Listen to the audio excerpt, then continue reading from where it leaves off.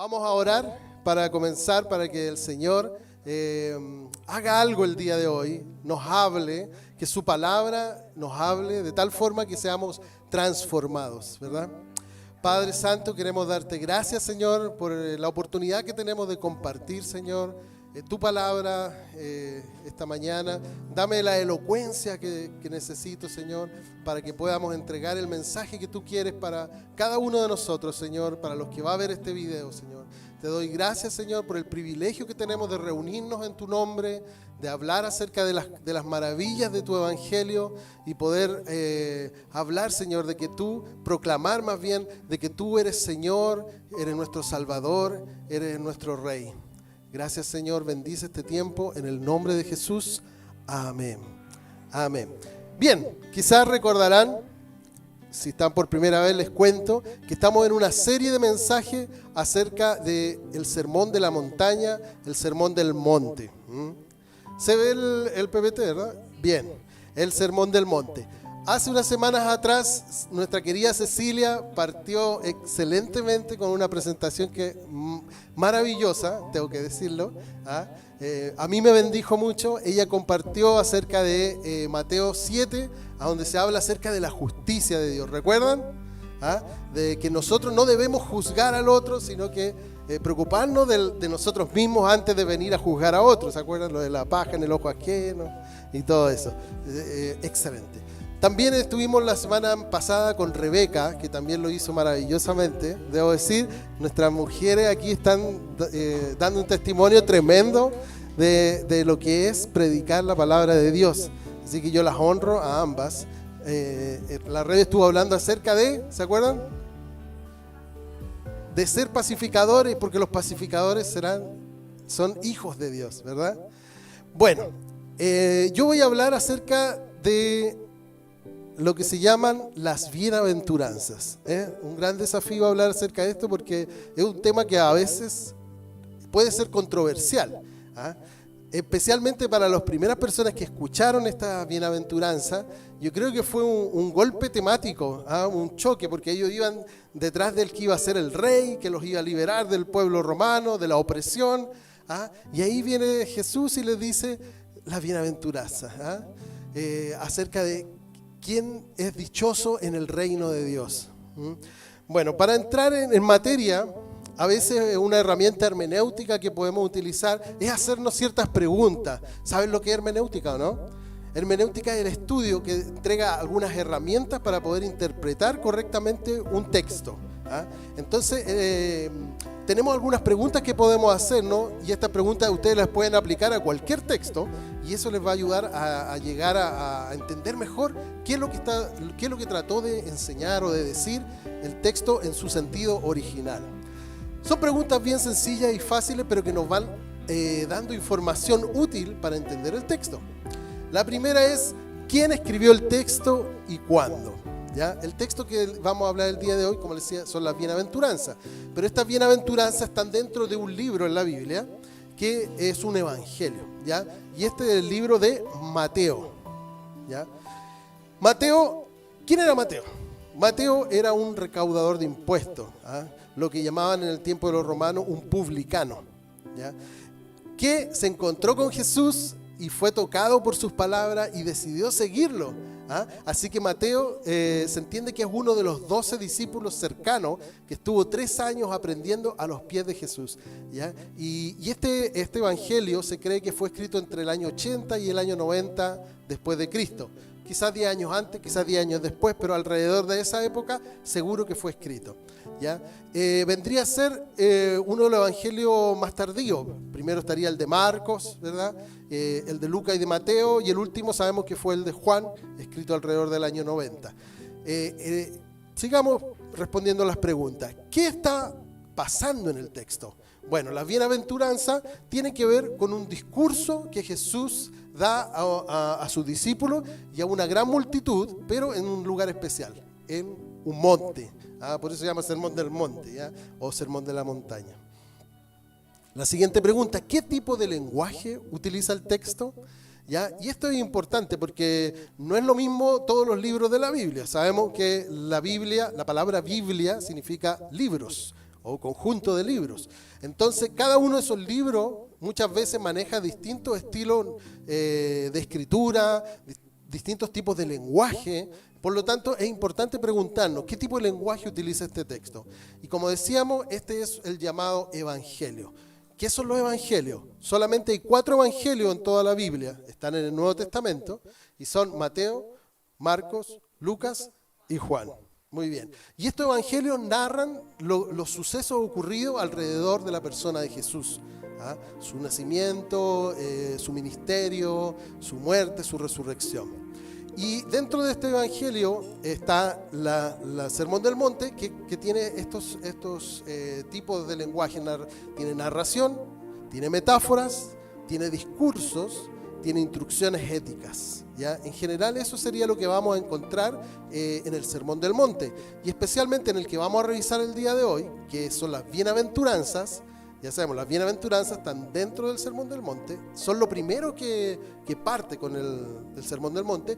Vendría a ser un discurso con ciertas instrucciones, más que instrucciones éticas en este caso, es una reflexión que hace Jesús acerca de cómo se comportan o cómo sienten los hijos de Dios, los creyentes que han recibido el Espíritu Santo.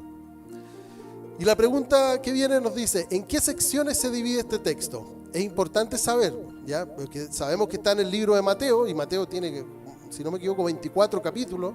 Entonces, dentro de eso, hay 3 capítulos que se dedican al Sermón del Monte. Y estos son el capítulo 5, capítulo 6 y capítulo 7. ¿Ah? La Ceci nos estuvo hablando acerca del capítulo 7, hablando de, como le decía, lo del no juzgar a los otros. Nosotros vamos a partir ahora en el capítulo 5, hablando de la bienaventuranza. Otra pregunta, ¿a quién está dirigido el texto? No deja de ser muy importante, porque este texto de la bienaventuranza no está dirigido a inconversos. Uno pensaría que esto es para evangelizar. No, estos textos no son para evangelizar precisamente, sino que son para los creyentes en Jesús. Son instrucciones, como decíamos, de vida, y también una proclamación de quién realmente es hijo o quién realmente no lo es. Vamos a descubrir un poco más adelante de qué se trata eso. Y la última pregunta, que no la voy a contestar ahora, sino que la vamos a contestar al final, es ¿cuál es el propósito del texto? ¿Ya? Yo por lo menos encontré que habían 3 principales propósitos de este texto. Este texto se compone... ¿cuál es el propósito del texto? Así lo vamos a decir. Es dar a conocer la actitud de los creyentes. Eso. El que viene es el que vamos a dejar para el final. ¿Cuál es él o los principales mensajes para nosotros? Ahora sí que sí, pasamos a la palabra. Antes de la palabra, esta otra herramienta hermenéutica es detectar alguna palabra clave. Y hay una palabra que se va repitiendo en cada una de las frases. ¿Y esta cuál es? Bienaventurado, exactamente. Vamos a ver. Mira, aquí tenemos una imagen para que la gente que es más visual. Esta es una pintura del 1877, donde artísticamente se presenta la imagen de Jesús sentado en una roca probablemente, y hay un montón de gente. Nos alcanza a ver para atrás cómo va persona tras persona tras persona, una multitud. La palabra bienaventurado, que es nuestra palabra clave, viene del griego makarios y significa más que dichoso o feliz. La palabra bienaventurado se puede traducir como dichoso, una persona que está alegre, que es plenamente feliz. La bienaventuranza en la Biblia es un género literario, por si no lo sabían, con más de un centenar de ejemplos, tanto en el Antiguo como en el Nuevo Testamento. Es decir, que las bienaventuranzas no se encuentran solo aquí en este lugar en Mateo. Podemos encontrarla en los Salmos, podemos encontrarla en el libro de Santiago, por ejemplo.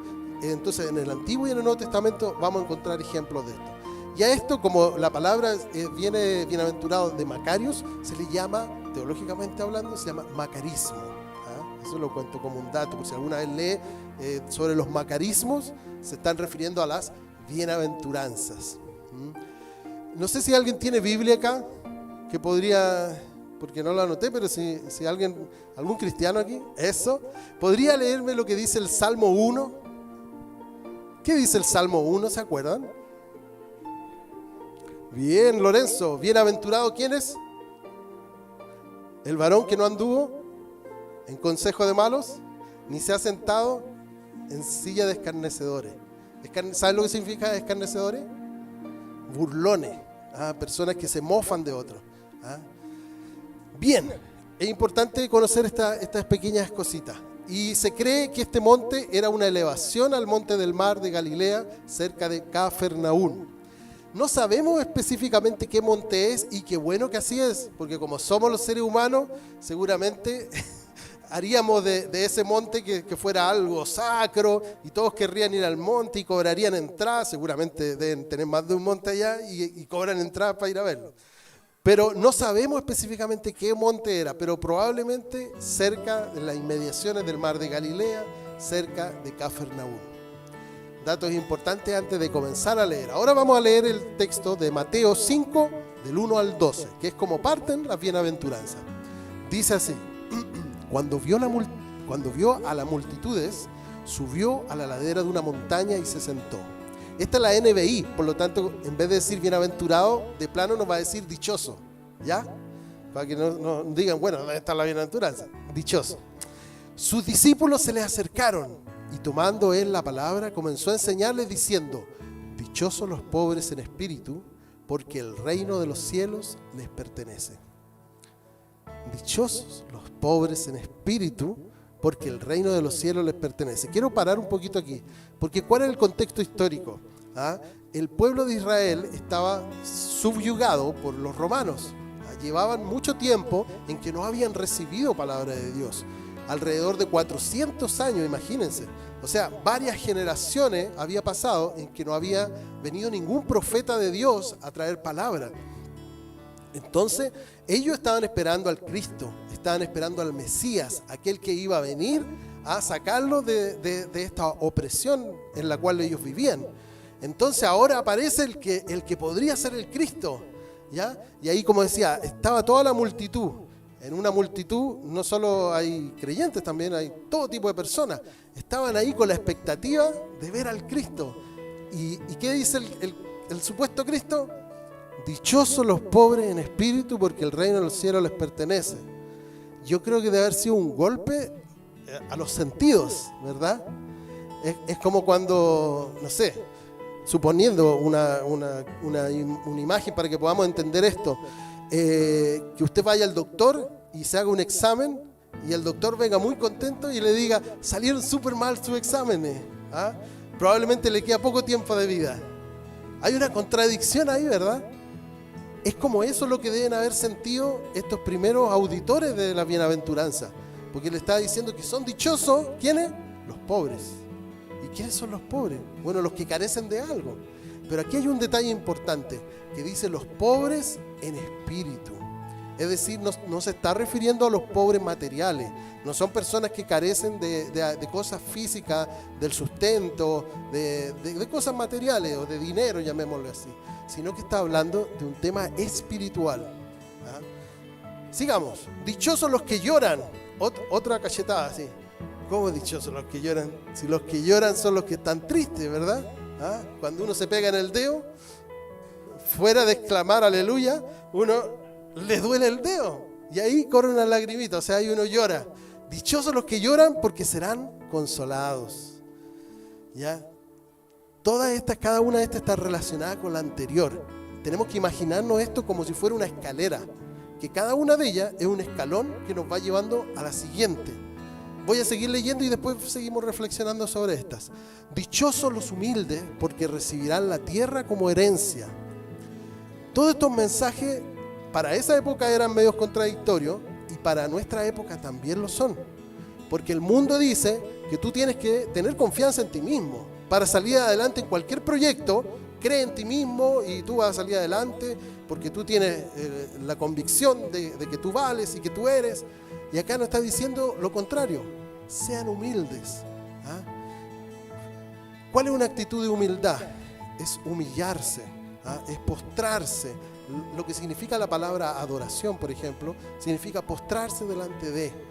Cuando nosotros nos rendimos a los pies de Cristo, cuando adoramos y nos arrodillamos, físicamente estamos rindiéndonos, podemos hacerlo de corazón, ¿verdad? Cuando adoramos. Y ahí nosotros nos estamos humillando, diciéndole: Señor, tú eres más, tú eres grande, tú eres digno de adoración. Y ellos los humildes, recibirán la tierra como herencia, dice. Dichosos los que tienen hambre y sed de justicia. Hambre.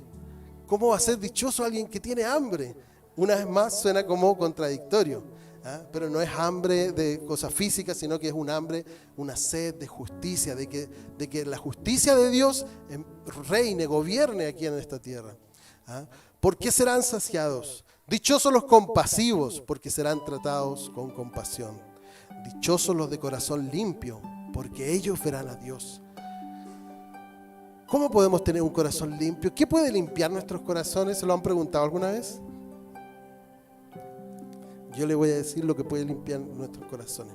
Vi un ejemplo el otro día en Facebook, donde había un vasito con como barro, había algo verde adentro del vaso, y venían y traían un jarro de agua cristalina, y empezaban a echar el agua sobre el vaso, y empezaba a rebalsarse, y en la medida en que entraba esa agua, empezaba a salir todo lo oscuro, todo lo negro, y empezó después de un tiempo a quedar cristalino todo lo que había en ese vaso. Lo que limpia nuestro corazón es la palabra de Dios. La palabra de Dios tiene un poder transformador en nuestra vida. Dichosos los limpios de corazón, o sea, los que han escuchado la palabra de Dios y que la han acogido, que Dios ha revelado su vida y ellos la han aferrado como una verdad. Dichosos los que trabajan por la paz.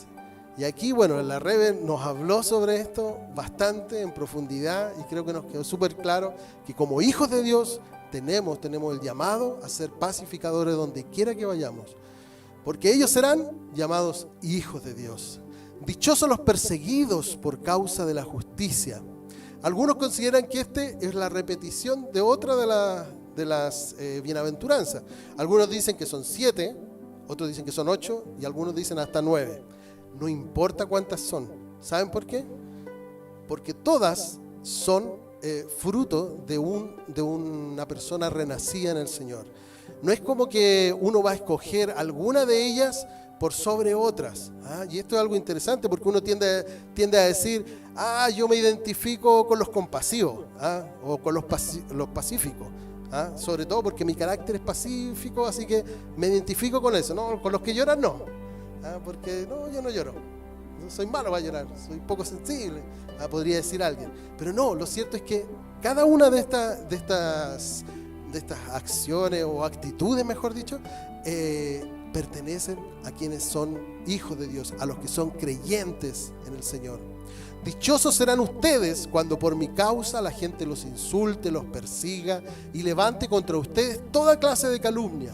Alégrense y llénense de júbilo, porque les espera una gran recompensa en el cielo. Así también persiguieron a los profetas que los precedieron a ustedes. La Rebe también tocó el tema de la felicidad, ¿se acuerdan? Tocó esto en el versículo 12. Alégrense, sean felices. ¿Quiénes? Todos los que tienen este carácter que fueron nombrados antes. Llénense de júbilo. Júbilo es otro sinónimo de alegre, dichoso, feliz, porque a ellos les espera una gran recompensa en el cielo. Entonces nosotros como creyentes, ¿dónde tenemos que poner nuestros ojos, nuestra mirada? En la vida eterna, en la tierra que ha de venir. Sigamos. Vamos a hablar un poquito de la felicidad, porque este es el tema central un poco de todo este discurso. Jesús parte diciendo: dichosos los que... Yo creo que cuando Jesús partió y dijo dichosos, ahí todos pusieron mucha atención. Yo quiero ser de esos dichosos. Dichosos los pobres. Churra, para eso ya soy, ¿verdad? Deben haber pensado, deben haber sentido, no sé. Yo la primera vez que lo leí, como que dije: qué interesante. Y avancé nomás, porque no lo entendí. Para poder entenderlo, debemos ir a la Escritura. Otra herramienta hermenéutica es que la Biblia se interpreta a sí misma. Para poder entender el discurso de Jesús, debemos ir a otros pasajes bíblicos que nos hablan acerca de esto. Bueno, pero hablando de la felicidad, la verdadera felicidad no depende de las circunstancias, sino del estado del corazón que conoce a Dios y que reconoce su propia condición. A eso se refiere el ser pobres. Mira, lo voy a leer de nuevo. Analicemos bien lo que dice. La verdadera felicidad no depende de las circunstancias, ¿ya? Contrario a lo que pensamos hoy en día. ¿Cómo te ha ido? Mira, más o menos, porque me echaron de la pega, o que estoy sin pega, o sea, sin plata. ¿Ah? Generalmente lo relacionamos con dinero, lo relacionamos con éxito, con fama. ¿Ah? Creemos que esas personas son las que alcanzaron la felicidad. Los actores de Hollywood, por ejemplo. ¿Ah? Hay muchas historias donde fue descubierta la mesera y la invitaron a actuar y se hizo famosa, ¿verdad? Pero cuando entramos a conocer más de sus vidas, nos vamos a dar cuenta que lamentablemente son personas que a la larga son personas muy desdichadas, porque han puesto todo su corazón, toda su vida en quimeras, en un sueño que cuando lo alcanzan creen que alcanzan la felicidad, pero muchas veces no es así. Yo diría que la mayoría de las veces, porque la felicidad verdadera no depende de las circunstancias, sino de un corazón que conoce a Dios y que se reconoce su propia condición. Y ahí es donde está la pobreza de la que habla Uno se reconoce que no tiene, que no puedo solo. Cuando soy capaz de reconocer eso, estoy diciendo que necesito. ¿Y necesito de quién? De nuestro Señor, de su palabra, de su guía y de su Espíritu Santo. Las bienaventuranzas no son independientes, como les decía yo, sino que son un todo. No puedo elegir una y otra no. No es como ir al mercado y me compro esto. Esta no tanto, compro esta otra. No, cada característica nos lleva a la otra y a la otra, y todas deben estar en el creyente. El que conoce a Dios se sabe pobre y necesitado de Él. ¿Podría traerme un vasito de agua, por favor? Se me secó el huervejo, como dicen. El que conoce a Dios se sabe pobre y necesitado de Él. Llora porque se da cuenta de su condición. Es humilde porque empieza a depender de Dios. ¿Se fija cómo están entrelazadas? Tiene hambre porque anhela la justicia de Dios. Y así, cada una está entrelazada en la otra. Debemos entenderla así. Las bienaventuranzas nos hablan del carácter del verdadero creyente. Y quiero enfatizar verdadero, porque debemos conocernos, debemos ser ciegos al respecto. No todo el que dice Señor, Señor, entrará en el reino de los cielos, ¿verdad? Aquí yo puse la expresión, gracias Vicky. ¿Cómo? ¿Es que acaso hay un falso creyente? Ahí tenía que sonar la música. ¡Tan, tan! No sonó. Claro que sí. Acuérdense de la parábola del trigo y la cizaña. ¿Se acuerdan que el agricultor ahí plantó un trigo hermoso, qué sé yo, y vinieron sus trabajadores y le dice, está saliendo cizaña, ¿qué hacemos? Le dice, sacamos la cizaña, y él le dijo, no hagan tal, porque si sacan la cizaña, la raíz va a agarrar el trigo y al final van a sacar trigo junto con la cizaña. Dejen que crezca, y cuando crezca, muy sabio el agricultor, se va a notar cuál es trigo y cuál es cizaña. El trigo, como da fruto, es más pesado. Entonces con el viento tiende a bajar. Entonces la cizaña queda paradita y el trigo queda abajo, por si no lo sabían. Y bueno, ya una vez que da fruto, ya no importa que salga con todo porque ya está el fruto dado. Entonces, ojo, aquí, en medio nuestro, hay trigo y hay cizaña. ¿Quiénes son trigo? Los que llevan fruto. Y no es algo que haya inventado yo, es lo que dice la palabra. Mira, leamos estas palabras que son un tanto fuertes, pero es mejor saberlo que no saberlo, ¿verdad? Es como una persona que tiene una enfermedad importante. ¿Qué será mejor? ¿Saber que está enferma y que pueda tratarse o desconocer que tiene esa enfermedad? Yo creo que es mejor saber para poder hacer algo. Mateo 7, 21 al 23. Como se dan cuenta, está en el capítulo 7, por lo tanto este texto está dentro del Sermón del Monte, ¿cierto? El Sermón del Monte corresponde al 5, 6 y 7. No lo olvidemos, lo va a decir el predicador la próxima semana, les pregunte. ¿Qué abarca el Sermón del Monte? Y ustedes tienen que decir 5, 6 y 7. Muy bien. Eso. Entonces Mateo 7, 21 al 23 dice, no todo el que me dice Señor, Señor, entrará en el reino de los cielos. Y aquí yo subrayé, sino el que hace la voluntad de mi Padre. Qué importante. Que está en los cielos. Muchos me dirán en aquel día, Señor, Señor, ¿no profetizamos en tu nombre? y en tu nombre echamos fuera demonios, y en tu nombre hicimos muchos milagros. Y entonces les declararé, esto es Jesús diciendo esto: nunca os conocí, apartados de mí, hacedores de maldad. Y aquí es donde tenemos que tratar de entender a qué se refiere esa maldad. Porque generalmente uno tiende a decir, el malo es el que mata, el que roba, el que hace cosas así como feas, esa es la maldad. Pero les voy a decir lo siguiente: la palabra maldad viene de una palabra griega que se llama anomía. Anomía es una palabra griega que dice así, mira, la anomía es un concepto que se refiere de una manera general a la ausencia de ley, normas o convenciones. La palabra como tal proviene del griego, como les decía, anomía. Los hacedores de maldad de los que habla el texto eran personas que vivían sin ley, o mejor dicho, bajo su propia ley o voluntad. ¿Les suena el término católico a mi manera? ¿Sí lo han escuchado, verdad? Bueno, lo triste es que también hay evangélicos a mi manera. Y espero que ninguno de nosotros quiera ser de ellos.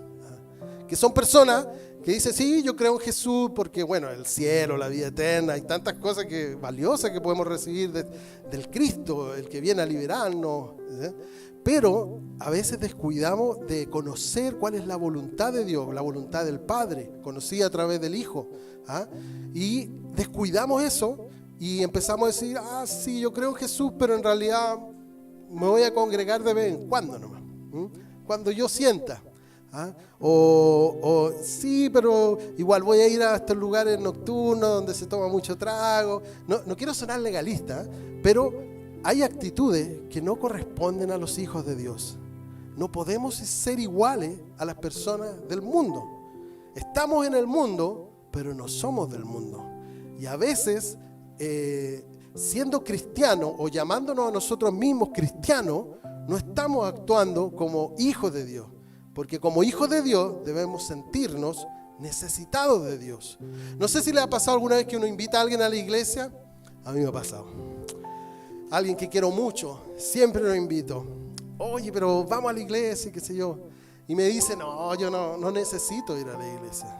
Me dice, no, yo soy bueno, me dice.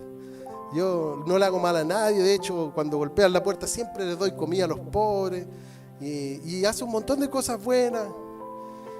Es alguien muy querido mío y nunca he podido convencerlo y sacarlo de ese pensamiento de que él a su manera vive su fe.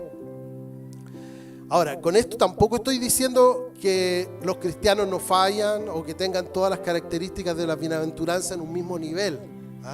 Porque si bien alguien puede decir, no, yo soy súper compasivo, pero a lo mejor no es tan pacificador. A veces hay personas que son muy explosivas. Yo, de hecho, tengo un carácter impulsivo. ¿Nunca se ha peleado conmigo? ¿No? Ya, gracias a Dios tengo controlada, creo yo, esa área. No la tengo. Estoy luchando ahí. Porque es importante eso, dar un testimonio de que el Señor vive en mi vida. Y a veces se me quiere arrancar el indio, como dice, sobre todo cuando conduzco, cuando manejo, me enfrento con cada personaje que de repente, y ahí tengo que decir, acuérdate que soy hijo de Dios, tengo que dar fruto de amor incluso por los que manejan mal. Y bueno, usted ponga ahí el ejemplo que usted sienta que le irrita más. Pero es importante que no estoy diciendo que los cristianos la sabemos todas. No, nosotros de hecho lo contrario, dependemos de la ayuda de Dios siempre. No solo los primeros años, siempre. Entonces, lo que tenemos que entender es que nosotros debemos anhelar el carácter presentado en las bienaventuranzas, buscando ser más como Cristo. Pero, no debemos afligirnos si nos damos cuenta que no estamos dando la medida. Porque en realidad nunca seremos completamente perfectos desde este lado del cielo, digamos. Hagamos nuestro mejor esfuerzo y descansemos en nuestro Señor sin dejar de intentarlo. Lo escribí porque quería decirlo tal cual. Esperemos en el Señor, creamos en su soberanía y pidámosle que nos dé las herramientas para ser transformados en el Hijo de Dios que Él quiere que seamos. No nos conformemos con que yo nací así, porque esa es la excusa de muchos. No, es que yo soy así. las cosas a mi manera, como la canción, My Way. Tengo un versículo que está en Santiago y que justamente es una bienaventuranza, o sea, un macarismo. Recuerden, un macarismo. Santiago 1:12 dice: bienaventurado el varón que soporta la tentación, porque cuando haya resistido la prueba, recibirá la corona de vida que Dios ha prometido a los que le aman. Acuérdense que bienaventurado significa dichosos. Dichoso el varón que soporta la tentación. Es decir, es una lucha, es una cosa de, ¿cómo se dice? Nosotros estamos progresando, es algo progresivo, no es de la noche a la mañana, es un proceso, gracias, esa era la palabra que buscaba, es un proceso. ¿Qué sería lo contrario al carácter presentado en la bienaventuranza? Yo le voy a decir: una actitud de soberbia, ser falto de compasión, no ser un pacificador, sino por el contrario, andar buscando como la pelea. Esto es lo que se da mucho en los medios sociales hoy en día. Hay gente que como que va poniendo ahí para que la gente pise el palito, y se arma las medias discusiones. A veces el que pone el primer mensaje no vuelve a hablar en la discusión. ¿No? Pero los hizo caer a todos. Eso sería un no pacificador, por decirlo así. Ojo, no podemos ser un no pacificador si somos hijos de Dios. Alguien que no puede perdonar, ¿ya? Hay personas que les cuesta mucho perdonar cuando algo les han hecho, cuando algo les ha ocurrido, les han marcado, cuando ha habido una injusticia sobre ellos. Como hijos de Dios debemos buscar el carácter de ser perdonadores, de ser capaces de dar el perdón al otro. Veamos, quiero mostrarles una, ¿cómo se dice? Una parábola, una historia, una ilustración, mejor, que es bíblica, que está en Lucas 18 del día al 14, donde vemos a dos personajes que son creyentes. Los dos son cristianos, llamémoslo así, o creyentes, porque todavía no existía el concepto de cristiano en esa época. Entonces nos vamos a encontrar con un fariseo y con un publicano. Acuérdense que Mateo era publicano. Dice: dos hombres subieron al templo a orar. O sea, los dos tenían la intención de adorar a Dios y pedirle y agradar a Dios, ¿verdad? Uno era fariseo y el otro era recaudador de impuestos. El fariseo, puesto en pie, oraba consigo mismo de esta manera. Mira, interesante que dice puesto en pie. Cada palabra está puesta ahí, pero con una sutileza y entregándonos un mensaje muy profundo. El fariseo estaba puesto en pie, orando consigo mismo de esta manera: Dios, te doy gracias porque no soy como los otros hombres, ladrones, injustos, adúlteros, ni aún como este publicano, que estaba seguramente a algunos metros de él. Ayuno 2 veces a la semana, doy diezmos de todo lo que gano. Imagínense cómo soy yo. Mas el publicano, estando lejos, no quería ni aún alzar los ojos al cielo. Quizás estaba en el piso, pero por lo menos su cabeza estaba mirando hacia abajo, ¿verdad? Sino que se golpeaba el pecho diciendo: Dios, sé propicio a mí, pecador. Os digo que ahora habla Jesús, os digo que este descendió a su casa justificado antes que el otro, porque cualquiera que se enaltece será humillado, y el que se humilla será enaltecido. ¿Se fijan que este texto, qué está apoyando? Está apoyando lo que dice la bienaventuranza: dichosos los humildes. Creo que es muy clarificador esto. Y vamos a buscar otros textos que nos van a ayudar. La palabra pobre utilizada aquí viene del griego oiptojos. No sé si se dice así, la verdad lo confieso, reprobé griego, así que algún día voy a tomar nuevamente griego, pero supongamos que es oiptojos, ¿ya? La palabra para pobre, y comunica la idea, porque en griego habían 2 palabras para pobre, una que significaba alguien que tenía un grado de necesidad, por ejemplo, alguien que está pasando por una mala racha, ¿ya? Y quiebra su negocio, ¿ya? Por eso, está pobre ahora. Pero es alguien que a lo mejor es profesional, que a lo mejor tiene una familia que lo apoya, que a lo mejor tiene una casa y que puede partir de nuevo, ¿ya? Ese sería un tipo de pobre. Pero la palabra pobre que usa aquí en bienaventurados los pobres es esta, que es más bien, es una palabra que denota una pobreza absoluta y pública. O sea que todos saben que esta persona no es capaz de salir adelante solo. Es un mendigo, es alguien que no tiene las herramientas para salir adelante, es alguien que no sabe cómo hacerlo. Un ejemplo de él sería ¿cómo se llama? Este que estaba a las puertas del rico, de Lázaro.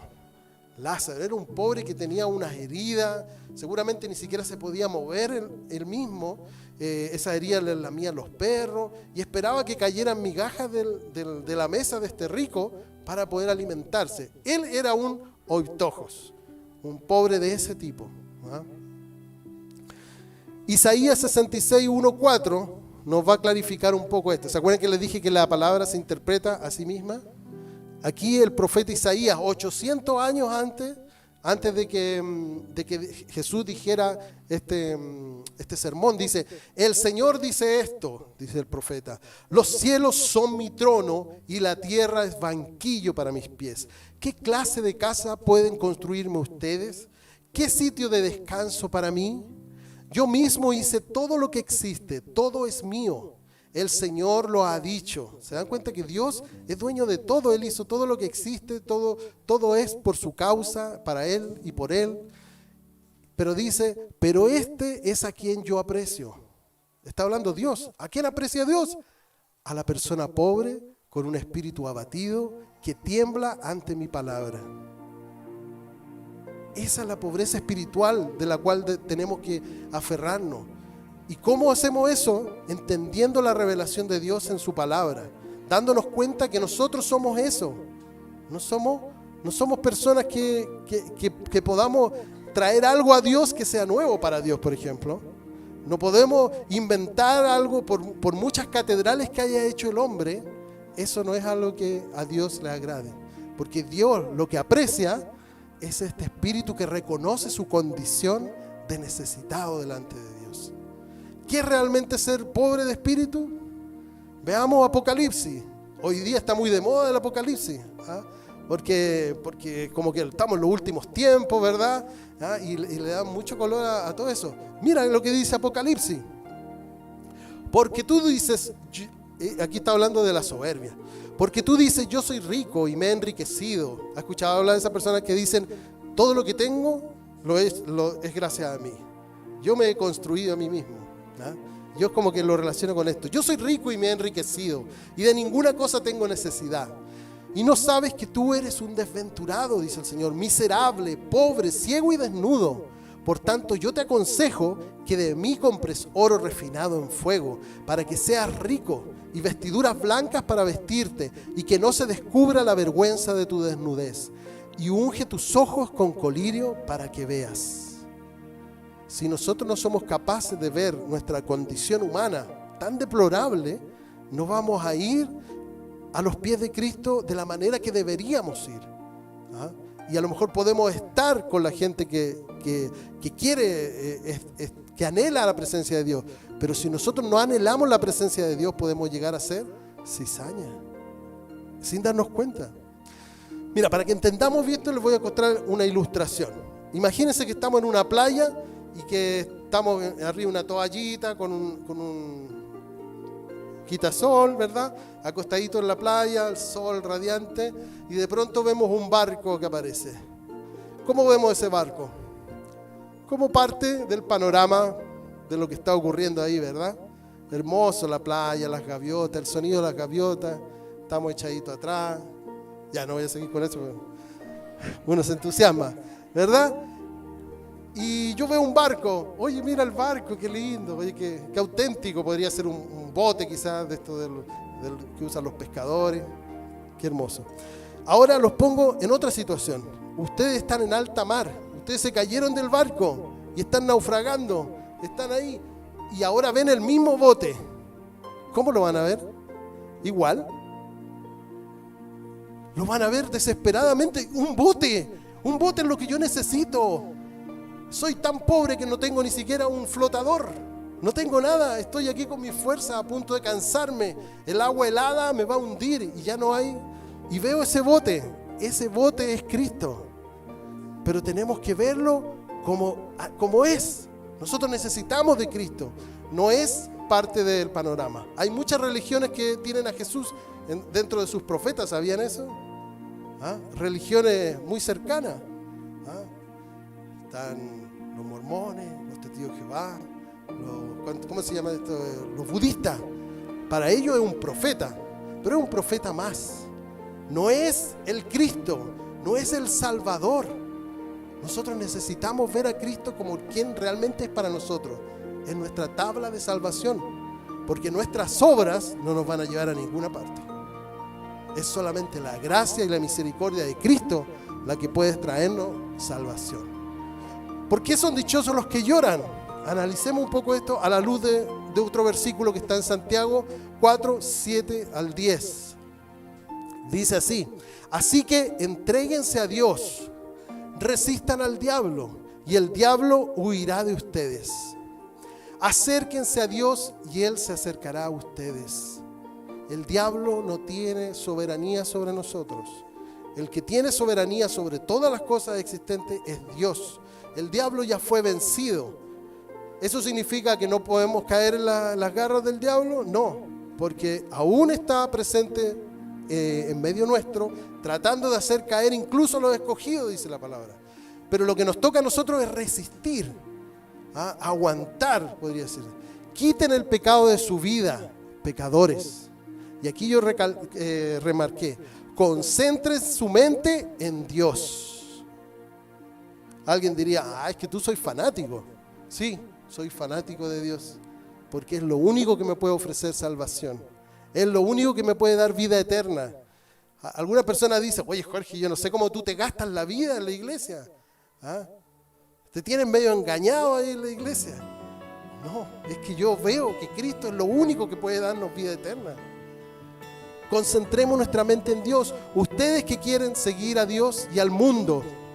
Hay personas que, pero es tan entretenido el mundo, tiene cosas tan dicharacheras. A veces queremos que la iglesia se vuelva como, usé una palabra medio rara, como entretenido. El mundo tiene cosas entretenidas, pero muchas de esas son hechas por el diablo, para que nuestra mente esté entretenida. ¿En qué? En las cosas del mundo, pasándolo bien. ¿Con esto estoy diciendo que no hay que pasarlo bien? No. Estoy diciendo que no hay que ser buena onda. Algunos creen que los cristianos somos súper cuadrados y no podemos hacer nada, poco menos. No es así. Tenemos mucha libertad. Dios es un Dios que nos trae mucha libertad. Pero no todo nos conviene, no todo nos edifica y debemos estar conscientes de eso. ¿A qué le estamos dedicando más tiempo? ¿A las entretenciones o a buscar a Dios? Porque a donde pongamos nuestro tesoro, ahí estará nuestro corazón. Sigo, dice: lamentense, pónganse tristes.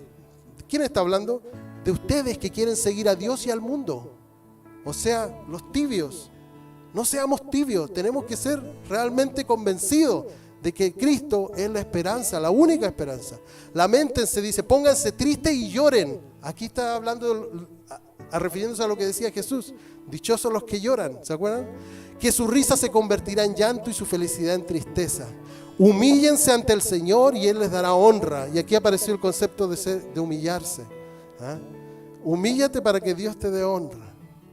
¿Por qué se nos pide ser humildes? Otro versículo, Salmo 51, 15, 17, dice así: Señor, abre mis labios. El salmista está hablándole a Dios. Señor, abre mis labios y publicará mi boca tu alabanza. Porque no quieres sacrificio, que yo lo daría. No quieres holocausto. Los sacrificios de Dios son el espíritu quebrantado. Al corazón contrito y humillado no despreciarás tú, oh Dios. Nuestra condición es de pecado, de todos. El catolicismo ha hecho un gran daño en hacer creer de que existen personas más santas que otras, y las han beatificado, ¿verdad? Y nuestra cultura, que es más bien dominada por el catolicismo, fuimos conquistados por los españoles que traían el catolicismo, también se nos ha metido en la mente de que hay personas más santas que otras. Pero esto no es así. Todos somos pecadores. La Biblia dice: por cuanto todos pecaron, fueron destituidos de la gloria de Dios. Y esa es nuestra condición. Estamos en alta mar, destituidos de la gloria de Dios, tratando de flotar. Y ahí es donde el Señor nos dice que no despreciará un corazón humillado, un corazón contrito, que reconoce que Dios es la única esperanza. Otro versículo, en Isaías, el profeta. Porque así dijo el alto y sublime, el que habita la eternidad y cuyo nombre Él es santo. Yo habito en la altura y la santidad. Mira la media presentación. Este es Dios, el creador, el único, el perfecto, el grande. ¿Y qué dice? Y con el quebrantado y humilde de espíritu para hacer vivir. Perdón, yo habito en la altura y la santidad. Y con el quebrantado. O sea, Dios habita con el quebrantado humilde de espíritu para hacer vivir el espíritu de los humildes y para vivificar el corazón de los quebrantados. ¿Por qué se nos pide ser justos? Otro versículo. En 1 de Pedro 3:12, no vamos a analizarlos todos, ya estamos terminando. Dice, porque los ojos del Señor sobre los justos están, y sus oídos atentos a sus oraciones. Pero el rostro del Señor está contra los que hacen el mal. ¿Quiénes son los justos? Aquellos que reconocen la soberanía de Dios en sus vidas. Y cuando tú oras, Dios te escucha. En cambio, los que hacen maldad, Dios también los escucha, porque Dios escucha todo. Pero no va a hacer tanto caso, por decirlo así. ¿Ah? Romanos 1:17 dice lo siguiente: de hecho, en el Evangelio, que son las buenas nuevas, se revela la justicia que proviene de Dios, la cual es por fe de principio a fin, tal como está escrito: el justo vivirá por la fe.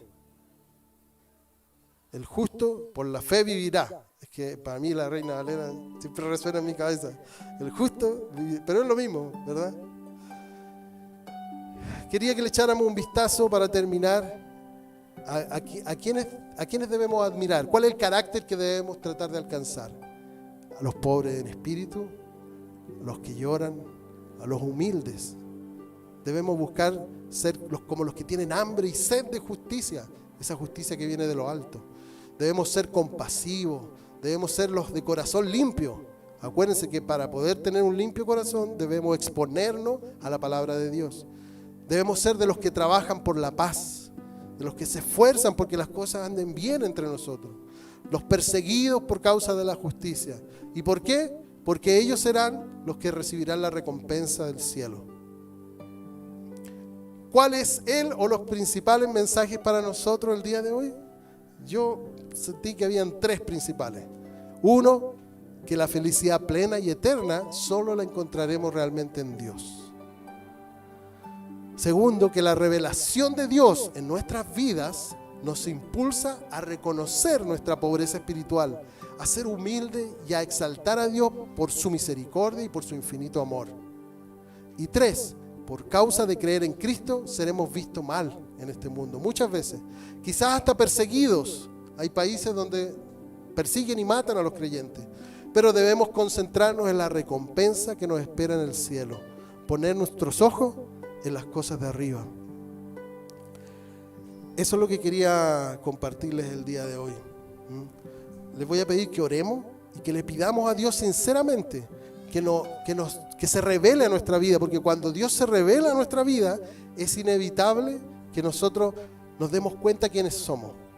Mientras más cerca de la luz estamos, más podemos ver nuestras imperfecciones, y eso duele, ¿verdad? Cuando uno se da cuenta de que el malvado no es solo el que mata, el que roba, no, también nosotros. Cuando a veces nos descuidamos y en vez de buscar a Dios, buscamos los placeres de este mundo. Y no estoy diciendo que esté mal.